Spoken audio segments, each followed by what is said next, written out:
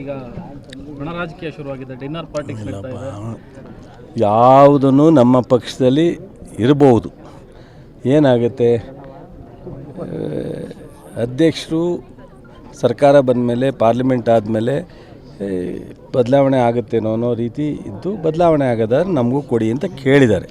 ಬದಲಾವಣೆ ಮಾಡಬೇಕು ಅಂತ ಯಾರೂ ಒತ್ತಾಯ ಮಾಡಿಲ್ಲ. ಸತೀಶ್ ಅವ್ರು ಹೇಳೋರೆ ಈಗ ಹೈಕಮಾಂಡ್ ತೀರ್ಮಾನ ತಗೊಂಡ್ರೆ ನಮಗೂ ಒಂದು ಅವಕಾಶ ಕೊಡಿ ಅಂತೇಳಿದೆ. ಆದರೆ ಮಾಧ್ಯಮದವರು ಯಾಕೋ ಏನೋ ನಾವು ಇಷ್ಟೊಂದು 5 ಗ್ಯಾರಂಟಿ ಕೊಟ್ಟು ಒಳ್ಳೆ ಸರ್ಕಾರ ಕೊಡ್ತಾ ಇದ್ದೀವಲ್ಲ, ನಿಮಗೂ ವಿರೋಧ ಪಕ್ಷದವ್ರಿಗೇನೋ ಸಮಾಧಾನ ಇಲ್ಲ, ನೀವು ನಮ್ಮ ಸ್ನೇಹಿತರುಗಳಿಗೂ ಸಮಾಧಾನ ಏನೋ, ಸಣ್ಣ ವಿಚಾರನ ದೊಡ್ಡ ವಿಚಾರ ಮಾಡೋವಂಥ ಪ್ರಯತ್ನ ಮಾಡ್ತಾಯಿದ್ದೀರಾ. ನಿನ್ನೆ ಕ್ಯಾಬಿನೆಟಲ್ಲಿ ಚರ್ಚೆನೇ ಆಗಿಲ್ಲ, ಮುಖ್ಯಮಂತ್ರಿಗಳಿಗೂ ಉಪಮುಖ್ಯಮಂತ್ರಿಗಳಿಗೂ ಘರ್ಷಣೆ ಅಂತ ಹಾಕ್ಬಿಟ್ಟಿದ್ದೀರಾ. ಅಲ್ಲಿ ಏನೂ ನಡೆದೇ ಇಲ್ಲ, ಏನೂ ನಡೀನೇ ಚರ್ಚೆ.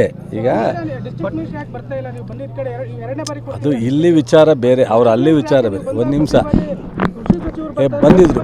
ಬಂದಿದ್ರಲ್ಲ, ಒಂದು ನಿಮಿಷ. ಲಾಸ್ಟ್ ನಾನು ಫಸ್ಟ್ ಟೈಮ್ ಬಂದಾಗ ಅವ್ರು ಬಂದಿದ್ದರು, ಈ ಸಾರಿ ಬಂದಿಲ್ಲ. ಇವಾಗ ನಿನ್ನೆ ಅವರು ಜೊತೆಲೇ ಇದ್ದು ಒಂದು ಮೀಟಿಂಗ್ ಇದೆ CM ಜೊತೆಯಲ್ಲಿ, ಪ್ಲಾನಿಂಗ್ ಮಿನಿಸ್ಟ್ರ್ ಇದ್ದಾರೆ ಅವರು, ಅದಕ್ಕೋಸ್ಕರ ಬಂದಿಲ್ಲ ಅಷ್ಟೇ. ಈ ಕ್ಷೇತ್ರದ MLA ಅವ್ರಿಗೂ ಸ್ವಲ್ಪ ಭಿನ್ನಾಭಿಪ್ರಾಯಗಳು ಏನಪ್ಪ, ಆ ಥರದ್ದು ಏನೂ ಇಲ್ಲರಪ್ಪ, ತಪ್ಪು ತಿಳ್ಕೊಬೇಡಿ. ನಮ್ಮ ಸರ್ಕಾರದಲ್ಲಿ, ನಮ್ಮ ಪಕ್ಷದಲ್ಲಿ ಯಾವ ಭಿನ್ನಾಭಿಪ್ರಾಯನಿಲ್ಲ. ಈಗ ಕಳೆದ 5 ವರ್ಷ BJP ಕಂಟಿನ್ಯೂಸ್ ಆಗಿ ನಿರಂತರವಾಗಿ ಭಿನ್ನಾಭಿಪ್ರಾಯ ಇತ್ತು. ನಮಗೆ ನೀವಂದ್ರಿ ಇವರು ಸೀಟ್ ಹಂಚಿಕೆನಲ್ಲೇ ಸಿದ್ದರಾಮಯ್ಯ ಸಾಹೇಬರು DK ಅವರು ಕುಸ್ತಿ ಆಡ್ತಾರೆ ಅಂದ್ರಿ, ಆಗಲಿಲ್ಲ, ಕ್ಲಿಯರಾಗಿ ಹಂಚಿಕೆ ಆಯಿತು. ಮುಖ್ಯಮಂತ್ರಿ ಆಗೋಣ ಕಿತ್ತಾಡ್ತಾರೆ ಅಂದ್ರಿ, ಅದೂ ಆಗಲಿಲ್ಲ, ಆಯಿತು. ಮಂತ್ರಿಮಂಡಲ ರಚನೆ ಆಯಿತು, 1.5 ವರ್ಷ ಮುಗಿಸಿದ್ದೀವಿ ಯಶಸ್ವಿಯಾಗಿ. ಎಲ್ಲರೂ ಸದ್ದಿದೆಯಾ? ಮುಖ್ಯಮಂತ್ರಿಯವರು ಉಪಮುಖ್ಯಮಂತ್ರಿ ಎಷ್ಟು ಅನ್ಯೋನ್ಯವಾಗಿರ್ತಾರೆ ಅಂತ ನೋಡ್ತಾ ಇದ್ದೀರಾ ನೀವು.